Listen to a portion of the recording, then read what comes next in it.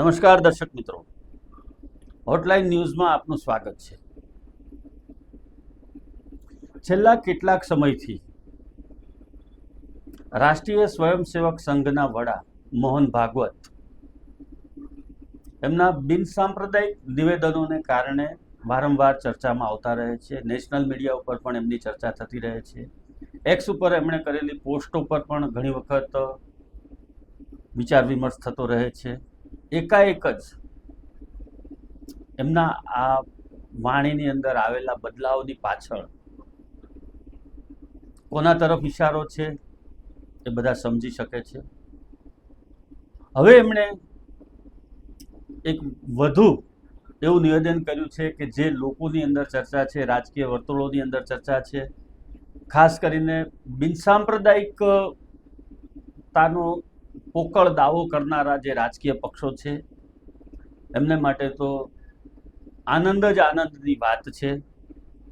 કેમ કે મોહન ભાગવતે તાજેતરમાં જ ઉના ખાતે એવું નિવેદન આપ્યું છે કે રામ મંદિર બનાવવાથી કોઈ હિન્દુ નેતા બની જતા નથી. માર્મિક ટકોર છે આ, અને કોના તરફ ટકોર છે એ પણ હું અને તમે સમજી શકીએ છીએ.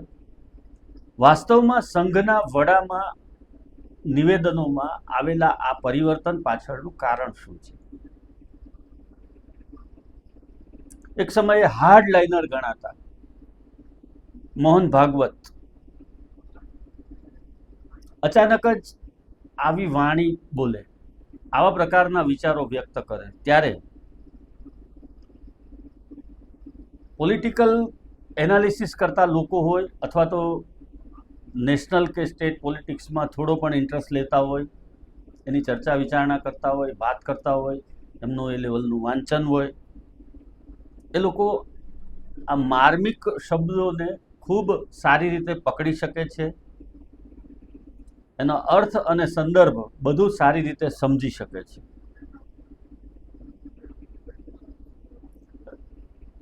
રામ મંદિર બનાવવાથી કોઈ હિન્દુ નેતા નથી બની જતા, આ જે વાત છે એના પડઘા આગામી દિવસોમાં સમગ્ર દેશમાં જોવા મળશે. ખાસ કરીને આ જે એમનું નિવેદન છે એની શું અસરો પડશે એ તો આપણને નજીકના દિવસોમાં જ જોવા મળશે.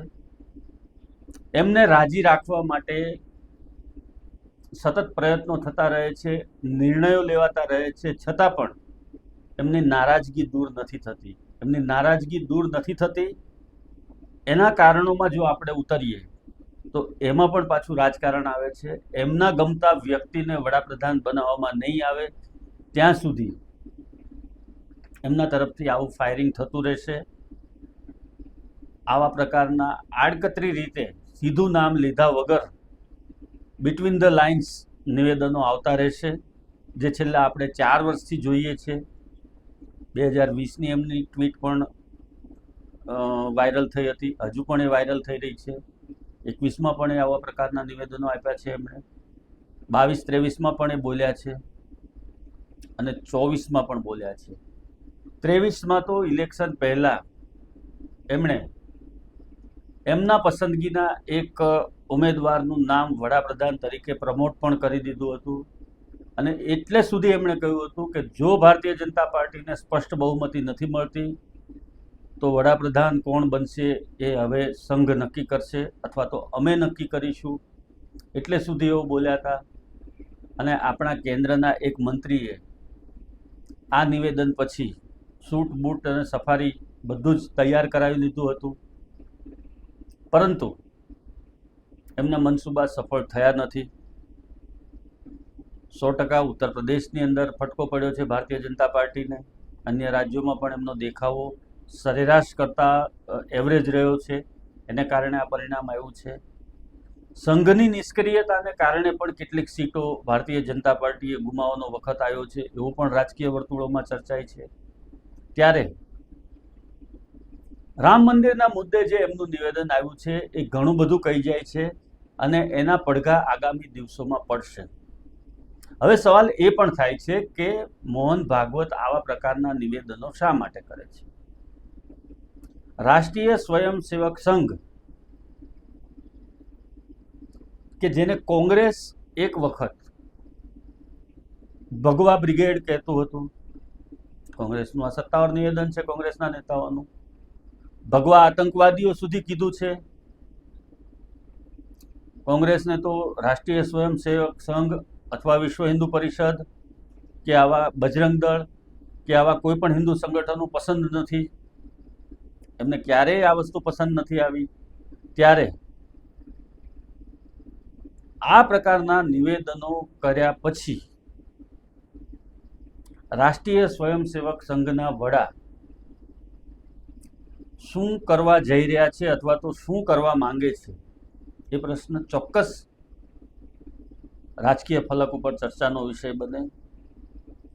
એક તરફ વિદેશી તાકાતો જે છે એ દેશમાં આંધાધૂંધી ફેલાય એના માટે કેટલાક રાજકારણીઓને હાથો બનાવી અને એના હાથગંડા અપનાવી રહ્યા છે, એમને ફંડ આપી રહ્યા છે. તાજેતરની જ વાત છે. ત્યારે જેમના ઉપર પ્રજાએ આંધળો વિશ્વાસ મૂક્યો છે, જેમને અત્યાર સુધી રાજકારણથી દૂર એવો ગણતી હતી પ્રજા કે સંઘ નીતિ નક્કી કરે છે પરંતુ તેઓ સક્રિય રાજકારણમાં ક્યારેય આવતા નથી, ત્યારે એના જ વડા જો છેલ્લા થોડા સમયની અંદર આવા પ્રકારના નિવેદનો કરે તો એમાં વિદેશી તાકાતોને અને એમના પિઠ્ઠુઓ જે આ દેશમાં ઘૂસીને બેઠેલા છે એમને તો ખૂબ રાજીપો થતો હશે. એમને કદાચ એમની ખુશી એ લોકો વ્યક્ત નહીં કરી શકતા હોય, પરંતુ સંઘના નેતાનું આ વલણ હિન્દુ કોમ્યુનિટી માટે, આપણે એવું કોઈનો વિરોધ કરવા માટે રાષ્ટ્રીય સ્વયંસેવક સંઘ છે એવું આપણે નથી કહેતા, મુસ્લિમોનો પણ વિરોધ કરે છે એવું આપણે નથી માનતા કે નથી કહેતા. આપણી સર્વધર્મ સમભાવની જે વાત છે એ પણ બધાને ખબર છે. આટલા મોટા દેશની અંદર આટલા બધા ધર્મ, આટલા બધા સંપ્રદાયો અને બધાને જ સન્માન મળે છે. તમામ ધર્મ, તમામ સંપ્રદાયોને સન્માન સાથે આપણા લોકમાનસે સ્વીકારેલું છે. પરંતુ રાષ્ટ્રીય સ્વયંસેવક સંઘ કે જેની એક ઓળખ છે, એ ઓળખ, એ છબીને ઝાંખી પાડવા માટે આવા પ્રકારના નિવેદનો કરવામાં આવે અથવા તો પોતાના મનગમતા વ્યક્તિને પ્રમોટ કરવા માટે રામ મંદિરના મુદ્દે નિવેદન કરવામાં આવે. મને નાનપણની એક વાત યાદ છે. હું 8મા 9મા ધોરણમાં ભણતો હતો ત્યારે અમારા વિસ્તારની અંદર શાખા ભરાતી હતી RSSની, અને એમાં જે ઘૂંટી ઘૂંટીને પીવરાવવામાં આવતું હતું, બાળકોના બાળ માનસ ઉપર જે છાપ મૂકવામાં આવતી હતી, એમાં કટ્ટર હિન્દુતાની વાત હતી, કટ્ટર હિન્દુત્વની વાત હતી. ત્યારે હજી બાબરી ધ્વંસ થઈ ન હતી અને એ જે શાખાના મુખ્ય શિક્ષક હોય અથવા તો ત્યાંના પ્રચારક હોય એ લોકો દ્વારા જે વાતો કરવામાં આવતી હતી, અઠવાડિયામાં એક દિવસ બૌદ્ધિક સેશન આવતું, એ બૌદ્ધિક સેશનમાં જે વાતો કરવામાં આવતી એમાં રાણી લક્ષ્મીબાઈની વાત હોય, એમાં શિવાજીની વાત હોય, એમાં મહારાણા પ્રતાપની વાત હોય, એમાં ક્યારેય અકબર બાબરની વાત આવતી જ ન હતી. અને જે રમતો રમાડવામાં આવતી હતી સંઘની શાખામાં, મને હજુ પણ યાદ છે કે એમાં પોલીસ શુક્લા જ હોય, પોલીસવાળા જે પોલીસ ઇન્સ્પેક્ટરનો જે રોલ કરતા હોય જે બાળકો, એ શુક્લા હોય, તિવારી હોય, ત્રિપાઠી હોય, કોઈ પણ હોય, તો એ હિન્દુ જ હોય. અને ચોર હંમેશા ઇમરાન, ઈશાક, ઇબ્રાહિમ કે અન્ય કોઈ આવા જ નામ હોય. આવું શા માટે? તમે શા માટે એ સમયની અંદર તમે જે બાળ માનસમાં 8મા 9મા ધોરણની અંદર ભણતા બાળકો જે શાખામાં આવતા હોય, 10મા 12મા ધોરણના બાળકો આવતા હોય, એમને આ પ્રકારની રમતો શા માટે રમાડતા હતા? અને હજી પણ રામ મંદિરના મુદ્દે જે આ એમણે નિવેદન કર્યું છે એ નિવેદન ઘણું બધું સૂચક છે અને એના પરિણામો નજીકના દિવસોમાં આપણને જોવા મળશે. અને ખાસ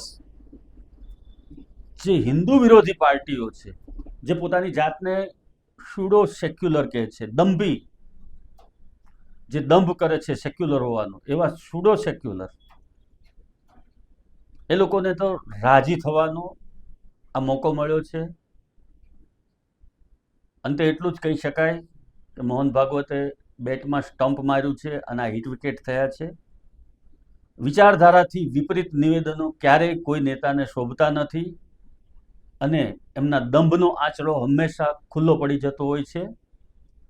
આ ઘટનામાં પણ કંઈક આવું જ છે અને એના પરિણામો નજીકના દિવસોમાં આપણે ભારતના રાજકારણની અંદર, દેશના રાજકારણની અંદર જોઈ શકીશું. દર્શક મિત્રો, અમારી હોટલાઇન ન્યૂઝ ચેનલને લાઇક કરો, શેર કરો અને સબસ્ક્રાઇબ કરો. ધન્યવાદ. આવા પ્રકારના વિડીયો તમને જોવા ગમતા હોય તો હોટલાઇન ન્યૂઝ ચેનલને લાઇક, શેર અને સબસ્ક્રાઇબ કરો.